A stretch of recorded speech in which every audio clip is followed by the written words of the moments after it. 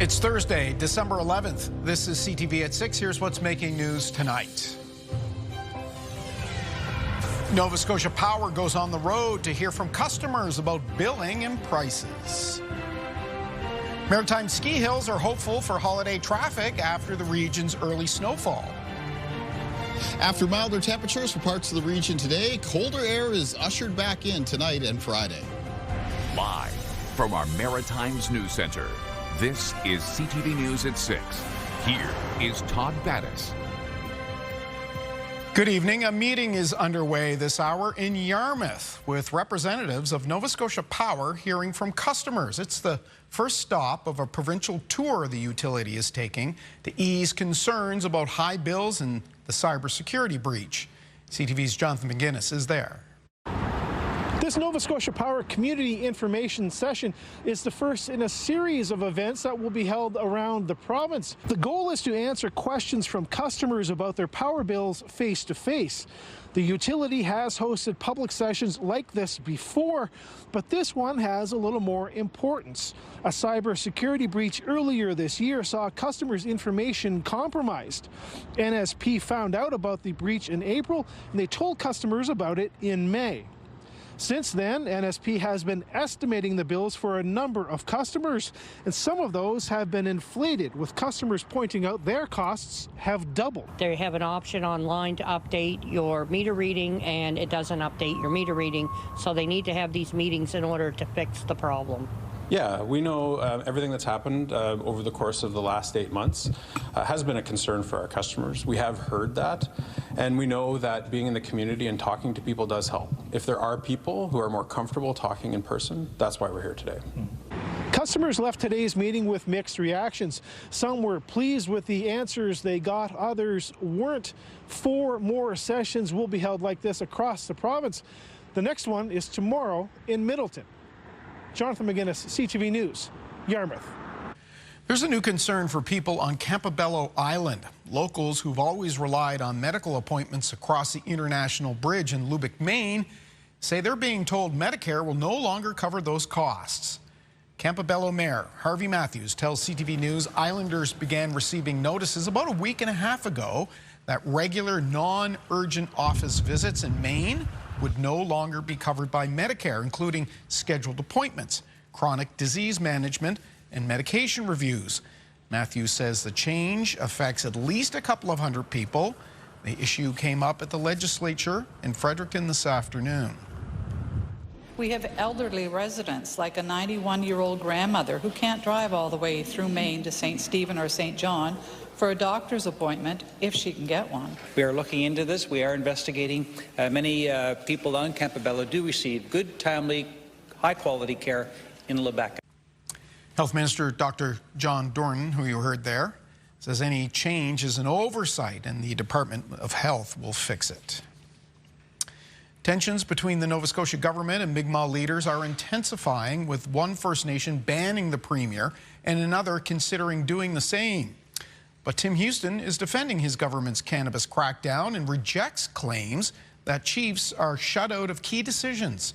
CTV's Jesse Thomas has more.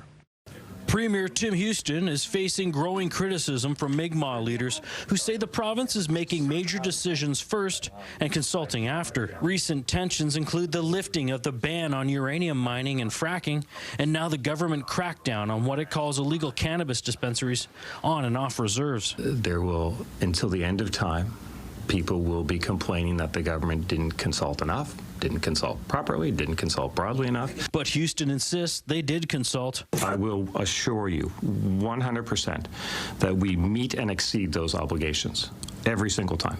The Assembly of Mi'kmaq Chiefs disagree. In a letter last week, they called the crackdown another example of what happens when the province will not come to the table with us from the outset.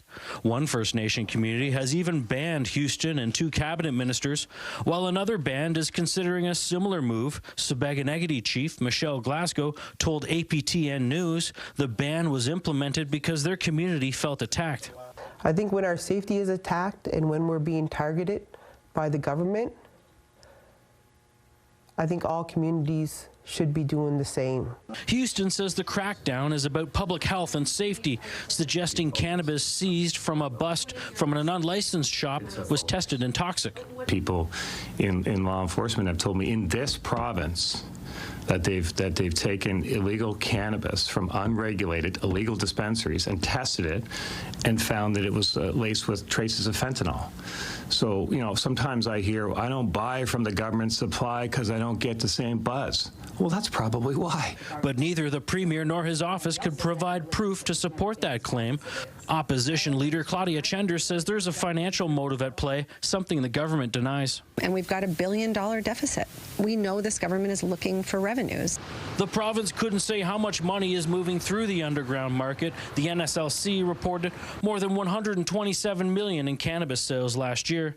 Jesse Thomas, CTV News, Halifax.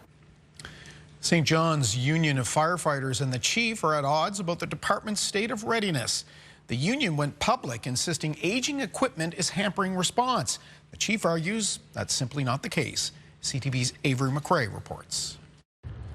The St. John Fire Department's fleet of trucks is aging, and the Firefighters Union says it's impacting their ability to do their job. We had frontline fire trucks that had mechanical issues that were down at the shops, and we were down to using pickup trucks in one occasion out of the busiest station in the city as a frontline apparatus. St. John Firefighters Association President Tyler Embry is concerned about the safety of both the public and firefighters. He says the lack of working trucks is having a negative impact on morale. Just over the weekend, the spare truck, ladder truck that was stationed at one station, it was a spare truck filling in for the normal truck that would be there, and we had to use a broomstick and a screw to be able to activate that ladder should we have gotten a fire. So when we say that we need trucks now, that's a reason for it. The city declined to make Fire Chief Rob Nickel available for an interview, but in a lengthy statement last night, the chief assured residents that public safety is not at risk. The statement reads in part, "Fleet and fire management have worked diligently to keep trucks in service.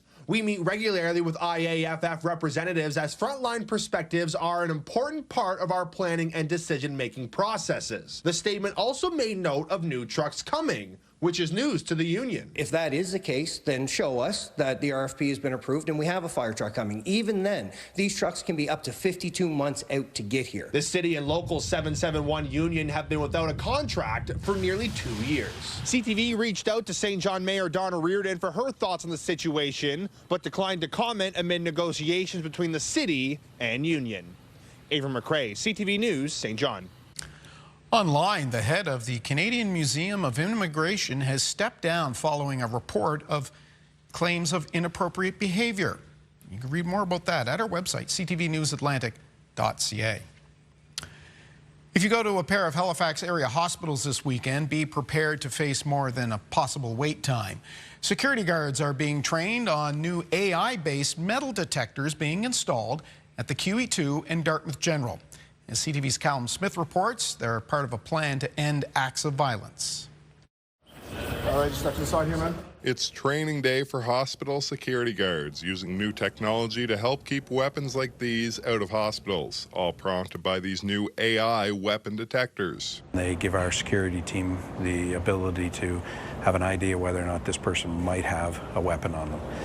They differ from conventional metal detectors in that they're able to recognize a lot of the common items that people might have that are not weapons but are made of metal. With the goal of greatly reducing secondary searches while keying in on the threats. It comes after a pilot project at the hospital in Truro earlier this year. We know that there has been historically over a number of years increasing violence in healthcare environments, and why there are reasons that may be happening, there's still no excuse. The NSGEU and other healthcare unions have been sounding that alarm and are pleased to see this step being taken, but they note behavioral violence is also a challenge. It doesn't always involve a weapon.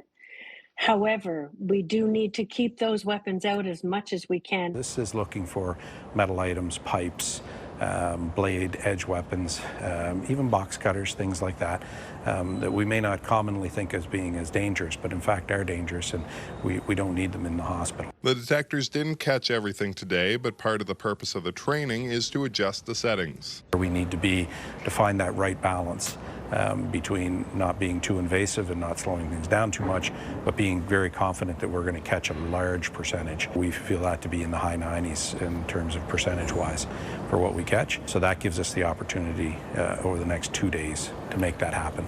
Over the next 6 months, a dozen healthcare facilities will get at least one of these detectors at $80,000 each. But people here agree the cost of safety is well worthwhile. Now, Nova Scotia Health says these devices will not capture any personal information, but will collect data about potentially dangerous items that will help the detectors evolve as new threats arise. While these detectors will cut down on secondary screening, people are still asked to arrive early for appointments, and they start at the Dartmouth General and QE2 on Saturday. Todd. All right, Callum, thank you. Live at the QE2 Health Center in Halifax for us tonight. It's been a sloppy 24 hours right across the region. It was wet or white, depending on your location. Places like Fredericton got, well, both, with heavy snow last night, followed by rain overnight, some freezing rain. Several schools were closed today all across New Brunswick because of road conditions. Other schools, including those in Nova Scotia, were open, but were operating with school bus delays.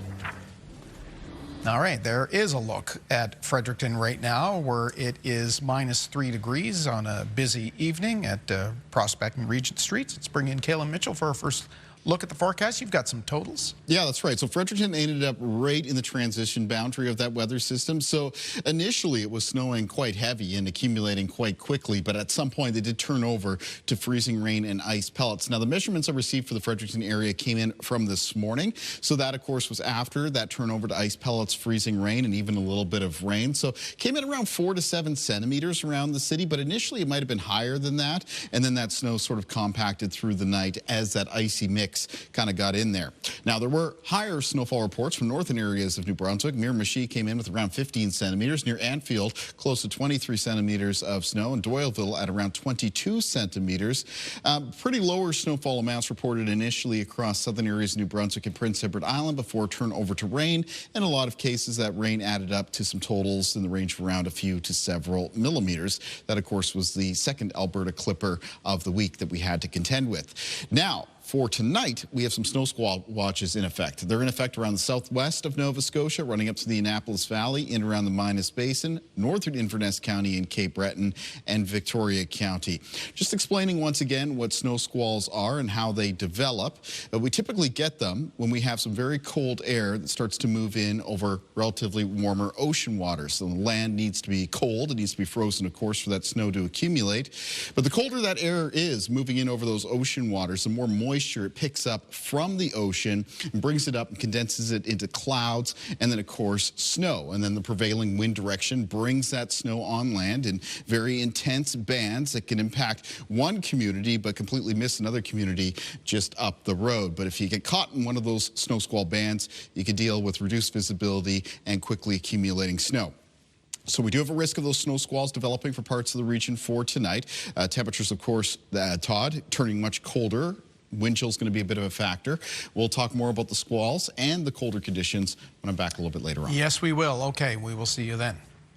The boil water order in Moncton has been lifted for most of the affected area. Mid-afternoon, the all-safe notice went out, except the boil order remains for Cedar Street, north of Kendra Street. That area is separate from the rest of the drinking water system. The city recommends running your water for 15 minutes to flush the plumbing. There's now a plan in New Brunswick to try to keep and attract more teachers and school staff. The plan promises better tracking of why teachers stay in the profession or leave. There are promises of more supports for teachers who are mid-career to help with mentorship or administrative opportunities. It also aims to hire more speech-language pathologists, social workers, and psychologists. There's a lot of work to be doing, and with any plan, it's implementation. So it will be our job to work as a partner in some of the strategies that happen, but also in holding government accountable. I mentioned even in my opening remarks that while door knocking, I heard a lot of people concerned about schools and teachers and respecting teachers and making sure that they have what they need to do their work. So that makes me very confident that this strategic plan will be implemented.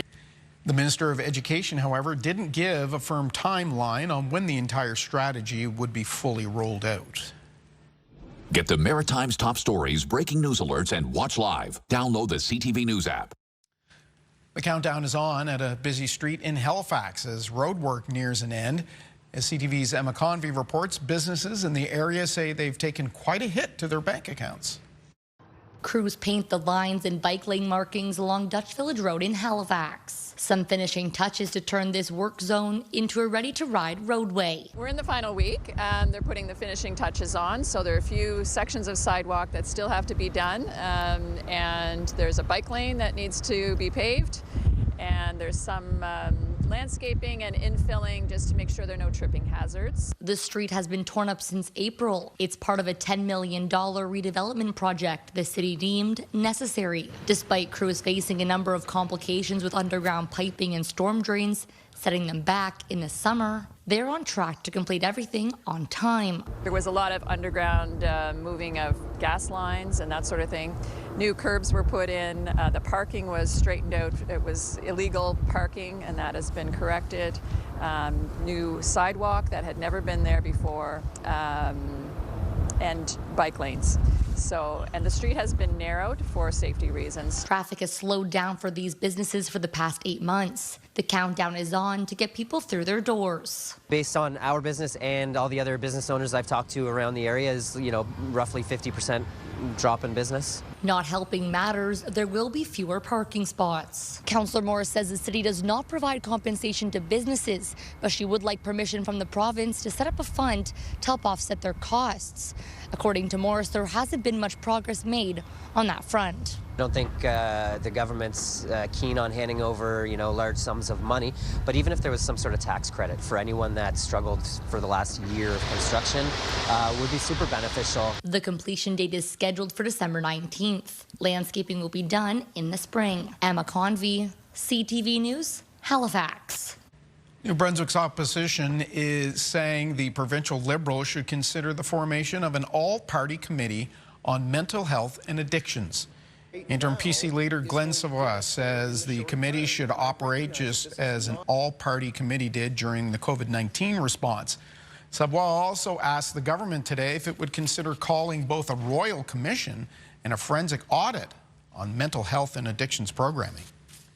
What we're trying to accomplish here with this, Madam Speaker, is to give the government options to show people that as a legislature, we're trying to work together. When we do that, we actually do better. I find it rich that they're going to try to, play nice today when we've worked together in the past, but they didn't act on it. So we're taking this head on. We have initiatives that we've brought forward. We're going to continue working towards them.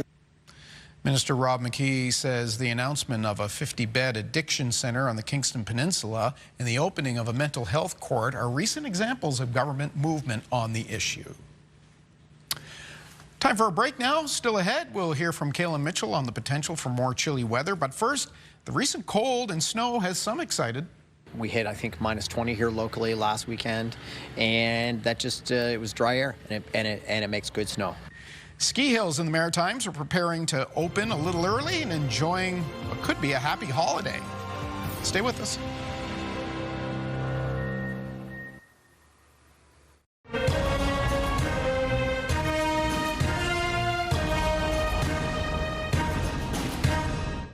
Skiers and boarders rejoice. Cold temperatures and early snowfall are giving Maritime ski hills a head start to the season.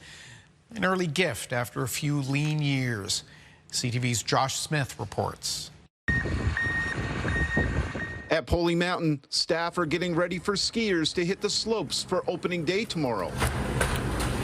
We were really excited when we heard the word possible polar vortex. Hey everybody, we're making snow! So snowmakers took advantage of the cold nights back in November. We hit, I think, minus 20 here locally last weekend, and that just, it was dry air, and it makes good snow.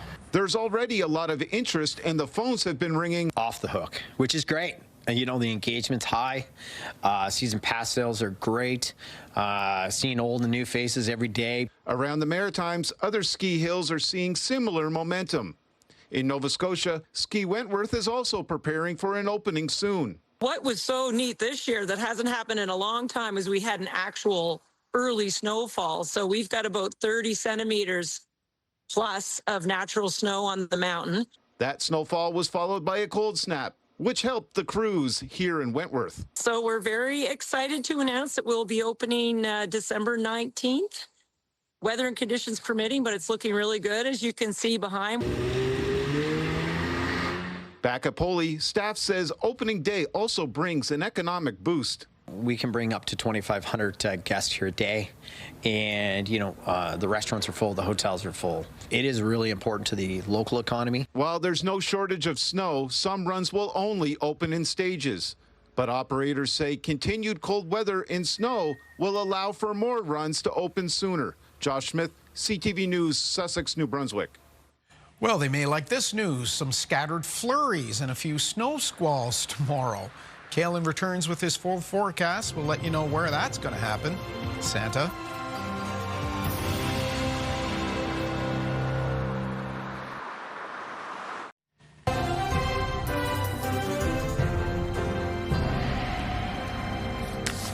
Downtown Truro looking festive, 2 degrees as we bring in Kalen Mitchell. That's a nice scene there, isn't it? Isn't it? Yeah, 2 degrees, but that's not going to last. No, in fact, moving shortly as we go through this evening, temperatures going to fall. They're going to be falling quite quickly for both Nova Scotia and Prince Edward Island. Those temperatures on the plus side of the scale coming down below freezing. Be careful about some icy surfaces developing where things are on the wet or slushy side. That's right. And there's going to be a bit of a bite to the air as well. Talking about wind chill, and you can see that wind chill values are going to be getting colder in the Maritimes as we move through this evening and tonight. In fact, there'll be some wind chills in northern and western areas of New Brunswick tonight that'll be making it feel between around -17 and -20 at times. It's not the most biting wind chill we've had so far, but I just wanted to illustrate the temperatures are going to be getting colder, and especially for Nova Scotia and Prince Edward Island, you know, the conditions you had this morning, now tomorrow's conditions are going to be much different. You're going to be wanting to bundle up a little bit, again, dress warmer, because it is going to be cold, and it is also going to be windy. The wind chill does ease up a little bit into Friday afternoon, but the winds themselves won't really come down significantly until later Friday night and into Saturday. Taking a look at our forecast timeline, the other thing that's going to happen, and I talked about this earlier, as that cold wind blows over the ocean waters, we're going to get a risk of some snow squalls developing for parts of the Maritimes. Now, the first area to watch for that is going to be this evening, and it's going to be around up and down the Annapolis Valley of Nova Scotia and the southwest of Nova Scotia as well, so Digby, Yarmouth, and Shelburne counties, and up and around the Minas Basin. And then for tomorrow, the highest risk of snow squalls will actually continue up around the Minas Basin, especially close to and just north of the Truro area, and up in Inverness and Victoria counties in Cape Breton. It's why those areas are underneath that snow squall watch. Now, moving through Friday morning into Friday afternoon, the risk of snow squalls does diminish in the Annapolis Valley and the southwest of Nova Scotia, but will carry on towards the evening up in both Inverness and Victoria counties in Cape Breton. Taking a look at a snowfall outlook then, we can take a closer look at some of those areas. They'll need to be a little bit more careful because of the potential of those snow squalls that could bring about some local snowfall accumulations in the range of a few to several millimeters, and maybe more than that up in some higher terrain. And if you get into one of those squalls, your visibility is going to come down as well. So that begins around the 8 heading into the Annapolis Valley in Nova Scotia near Milford, extending up through the valley, including in around the Middleton area. And then we've got those locations in around the Minas Basin, including potentially near Truro, certainly up towards areas like Lornvale, where any of those roads like the 104, the Cobequid start to climb up to higher elevations. And even Parsboro might get into a little bit of snow squall activity. Taking a look at our winds in the forecast then, coming up for tomorrow, they're going to remain out of the west and northwest, and they're going to be gusty. There'll be some gusts of between 30 and 50 kilometers per hour in New Brunswick, with some gusts near the Bay of Fundy coastline between 40 and 70 at times.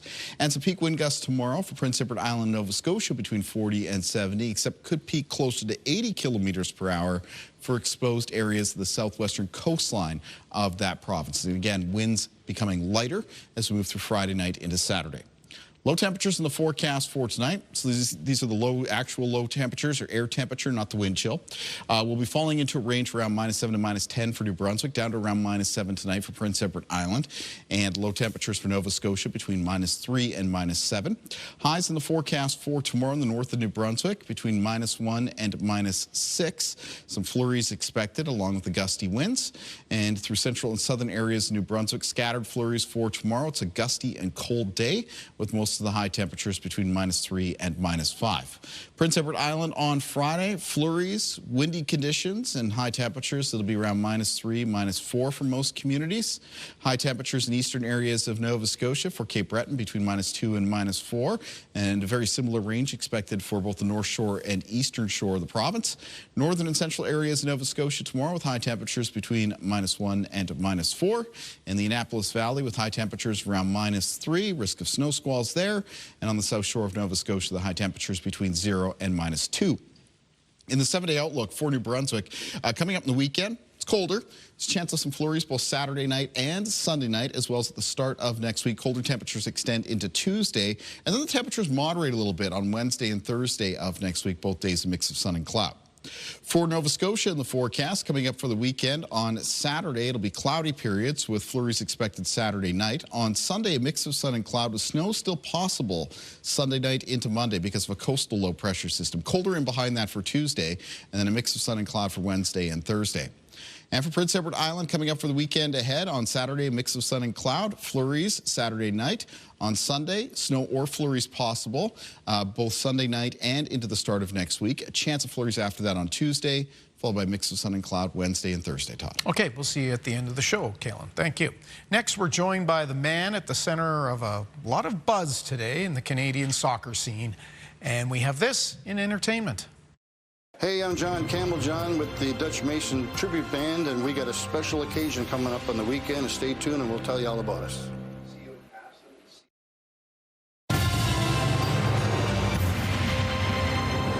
Welcome back on this Thursday evening. Well, the Halifax Wanderers stunned the Canadian soccer community by introducing tonight's guest as their next head coach and general manager. It's been a very busy day for Vanni Sartini, and we are pleased to have him with us. Welcome to the Maritimes. Thanks for having me, Tots.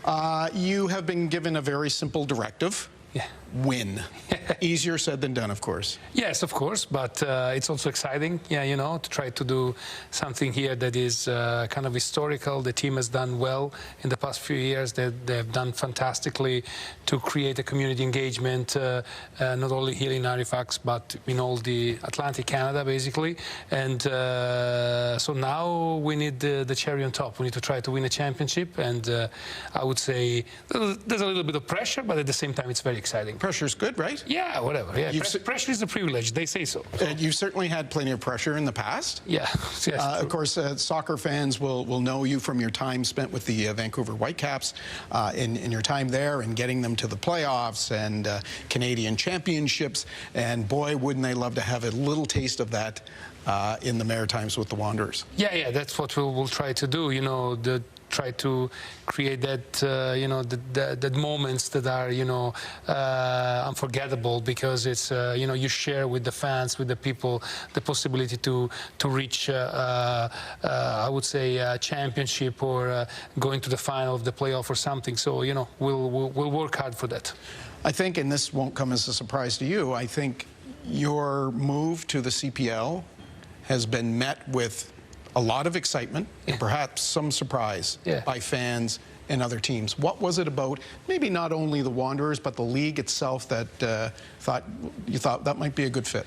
Yeah, I think the league is growing a lot, like in terms of, you know, professionality. I too was like, you know, surprised when, you know, Derek called me and I came here to talk, you know, for the negotiation. I was surprised about the quality of the staff, the quality of the setup that was here, and I think there's a I would say, an awareness in the league that maybe that it should be raised in a way that, you know, we're not that far from the other big league. Of course, the MLS is still, I would say, a league that you should look at to go there, but, you know, we're going in that direction. The other big factor for me to accept a position in this league is like, yeah, one of our prerogatives, me and my wife, was to try to stay here in Canada. So we love this country, and you know, the fact to, I would say, keeping contributing to the development of the game in this country is one of the factors that made me accept this proposal.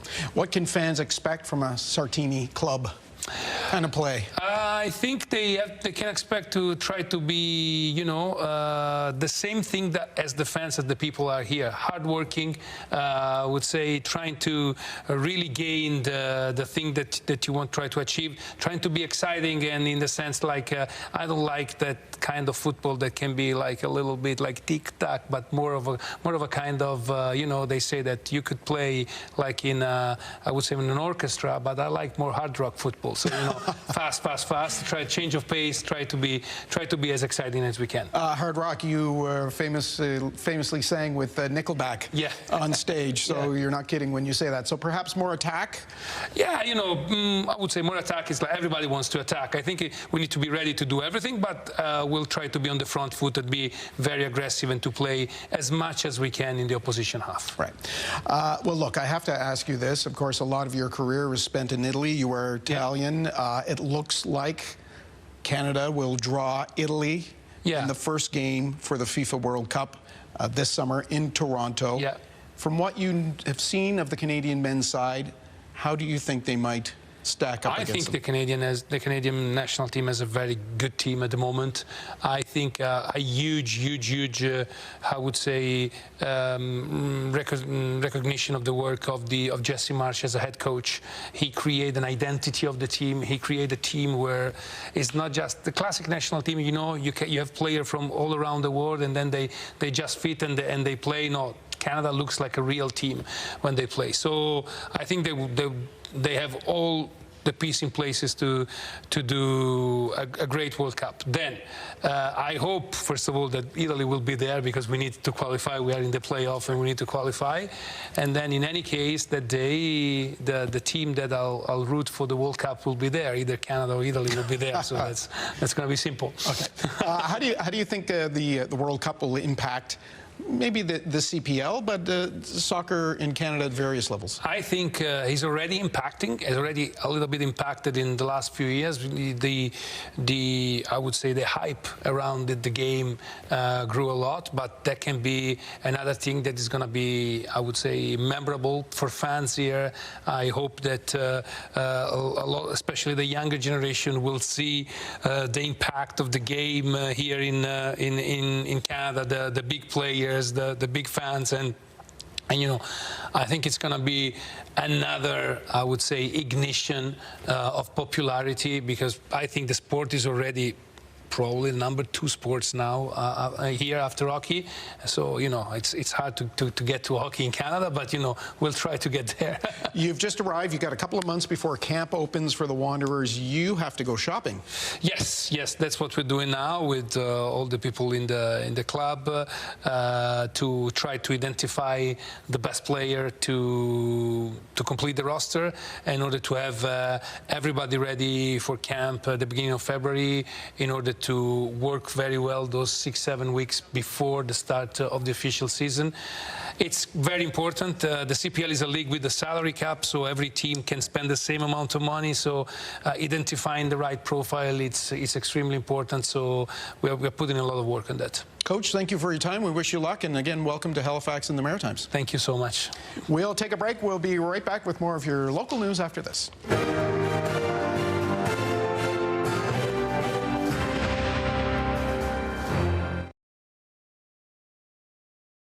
We take health headlines tonight. We'll take a look at why so many of us feel under the weather when the temperature drops. CTV's Suzette Beliveau has that and more in tonight's edition of the Lifeline. The cold weather this time of year may have some feeling under the weather. Despite traditional thinking, one doctor says the cold weather itself does not cause sickness. But conditions like dry air, being around more people indoors, and viruses flourishing in colder environments can increase chances of getting an illness and spreading it to others. While the cold doesn't cause you to get sick, the cold creates situations where we have a greater chance of encountering a virus and then have a lesser chance of being able to keep it out of our bodies and defend ourselves. Dr. William Brady says washing your hands or using hand sanitizer, avoid touching your face, and staying home when you're sick can keep you and others safe and healthy during the winter months. A new national survey finds millions of Canadians still don't have a family doctor, but there has been slight improvement. The study shows a slight drop in the number of Canadians without a primary care doctor or nurse practitioner, from 6.5 million people in 2022 to 5.9 million. The study's author says even those who have a family doctor complain they're often unable to reach them. And the study reveals other gaps across demographic groups. 87.7% of those over age 65 report having regular primary care, compared to 74.7% of those under 65. 83.5% of women have regular primary care versus 79.4% of men. Early next year, the study authors will be publishing a companion report focusing on provincial and territorial variations and examining which practices are proving effective. With health and medical news, I'm Suzette Belliveau for the Lifeline.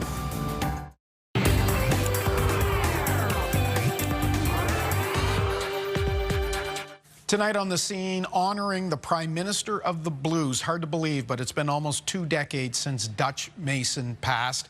As Katie Kelly shows us, East Coast musicians are coming together to make a beautiful night of music.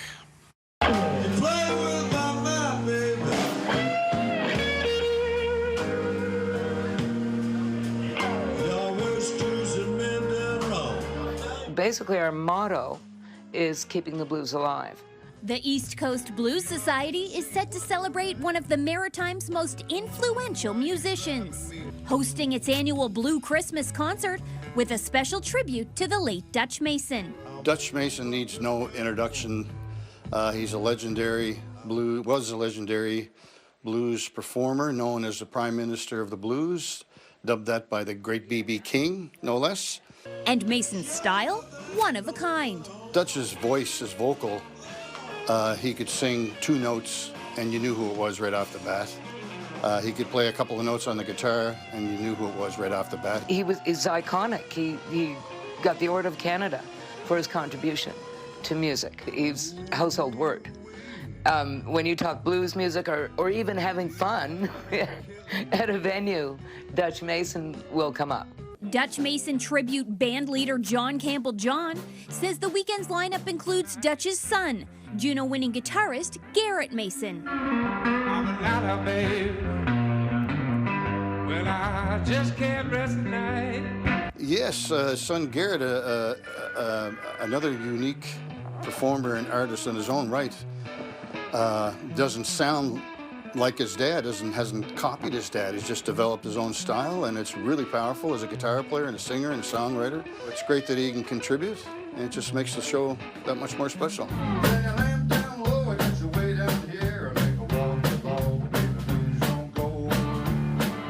They'll be joined by longtime collaborators and East Coast blues greats, a powerhouse gathering of performers that organizers say may never happen again. Bill Stevenson's 80. Joe Murphy's mid-70s. I don't think there may ever be another time where all these artists will come together to tribute Dutch Mason. The East Coast Blues Society's annual Blue Christmas concert takes place this Saturday at the Micmac Amateur Aquatic Club. If you're a music lover, you love to dance and shake your tail feathers, you got to get out for this one.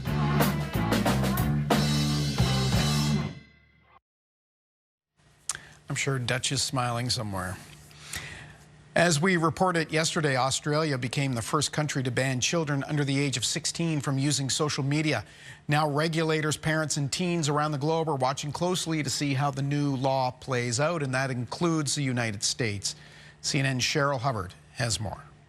Teens, parents, and politicians around the world are eyeing the rollout of the world's first social media ban for children under 16. It says my account is banned and I can no longer log on or use the app at all. What started in Australia is gaining interest in the United States. I think what Australia is doing is what a lot of the world is starting to step into, is say, well, the ills of social media, there's a lot of good things about social media, but the ills of social media are enough that something has to be done beyond just leaving it to Meta and the platforms themselves. Facebook, Threads, X, Snapchat, Kik, Twitch, TikTok, Instagram, Reddit, and YouTube ordered to block children or face millions in fines. While the companies have been critical of the ban, many parents and lawmakers in Australia say the new restrictions will make kids safer. Wanted to keep them away and give them a reprieve from the persuasive and pervasive design features that are designed to keep us all hooked. Some of the U.S. are now pushing for Washington lawmakers to follow Australia's lead. This is the next frontier we have to do to protect our kids. And either you're going to leave parents alone facing Facebook, Instagram, TikTok, all the other social medias, or you're going to help parents do the job of being a parent. I'm Sherelle Hubbard reporting. The Business Report is next. Mornings with Aaron and Peter. Join us tomorrow as we broadcast live from Canadian Tire Bayers Lake for our annual toy drive. Come along and bring an unwrapped toy with you. We would love to see you there. On the markets, this was a robust day for the Dow Jones, which closed the day up 646 points. Canada exported more goods to the world than it imported in September, and that comes as something of a surprise given the trade war with the U.S. BNN Bloomberg's Marilla Fernandez has more. In September, Canada recorded a trade surplus, the first we've seen since January. It wasn't large, only $153 million, but it was a big reversal from the trade deficit of $6.4 billion in August. Exports in September were up across several categories, including metals. Aluminum exports spiked over 18% that month, but it's still a lower shipment than last September, with the U.S. tariff of 50% on the Canadian metal. Shoppers are still looking for deals, and they're going to Costco to find them.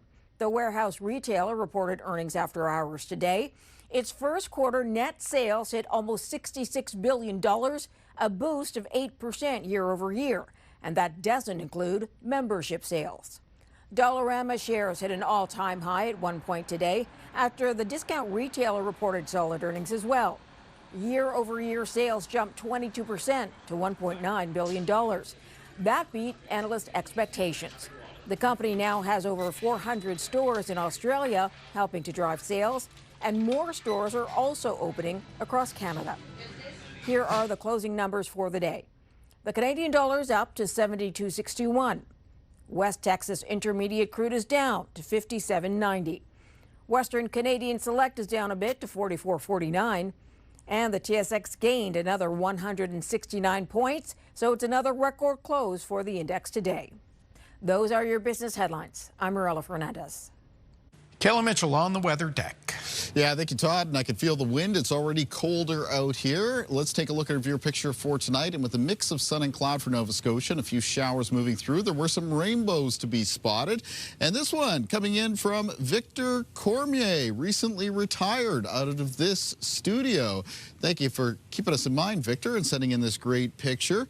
And this is coming in from Lance, Nova Scotia, where for tomorrow, it's a cold day. Cold and windy. There'll be a chance of flurries and the high temperature near -4. Day planner for tomorrow. First thing in the morning, temperatures across the Maritimes, mostly several degrees below the freezing mark, but with the gusty west wind that'll be blowing tonight and tomorrow. With the wind chill, it'll be making it feel down into the minus teens. Remember, there is a risk of snow squalls for areas of Nova Scotia tonight. The southwest up through the Annapolis Valley, minus Basin, and then into Inverness and Victoria counties. And that risk of snow squalls continues through Friday, as do the cold and windy conditions. Todd. All right, Kaylin, you have a great night. We'll see you tomorrow. Finally for us this evening, Sydney might have the big fiddle, but Paris has the big money fiddle, a rare violin crafted by master Del Zeysu is set to go up for auction in Paris next week. It's expected to fetch around 2 million euros. That works out to about 3.2 million Canadian dollars. Zaisu violins are considered even more rare than the famed Stradivarius instruments. One of the most recent to sell at auction fetched $6.5 million Canadian. That's a look at our day here at home. Bruce Frisco has our late update later, and CTV News Atlantic.ca has our updates. I'm Todd Battis. Hope to see you here tomorrow. Good night.